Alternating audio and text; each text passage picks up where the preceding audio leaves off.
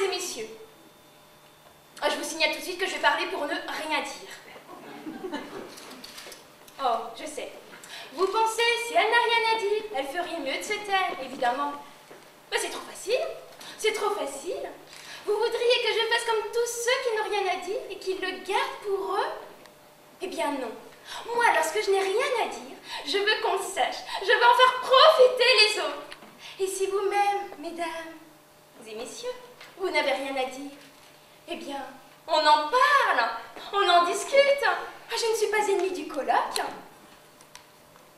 Mais me direz-vous, si on en parle pour ne rien dire, de quoi allons-nous parler?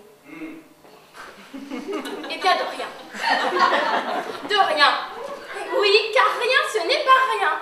La preuve, on peut le soustraire. Exemple, rien moins rien égale moins que rien. Si l'on peut trouver moins que rien, c'est que rien vaut quelque chose. On peut acheter quelque chose avec rien.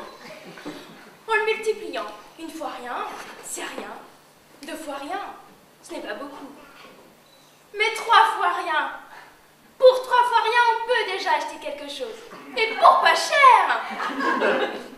Maintenant, si vous multipliez 3 fois rien par 3 fois rien, rien multiplié par rien égale rien. 3 multiplié par 3 égale 9. Cela fait rien de 9. Oui. C'est pas la peine d'en parler, hein. Bon, parlons d'autre chose. Parlons de la situation. Tenez, sans préciser laquelle.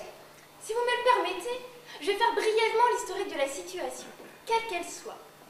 Il y a quelques mois, souvenez-vous, la situation, pour ne pas pire que celle d'hier, n'en était pas meilleure non plus. Déjà, nous allions vers la catastrophe et nous le savions. Nous en étions conscients. Il ne faudrait pas croire que les responsables d'hier étaient plus ignorants que ne le sont ceux d'aujourd'hui. Oui, la catastrophe, nous le pensions, était pour demain. C'est-à-dire qu'elle devait être pour aujourd'hui. Si mes calculs sont justes. Or, que voyons-nous aujourd'hui? Qu'elle est toujours pour demain. Alors je vous pose la question, mesdames et messieurs. Est-ce en remettant toujours au lendemain la catastrophe que nous pourrions faire le jour même que nous l'éviterons?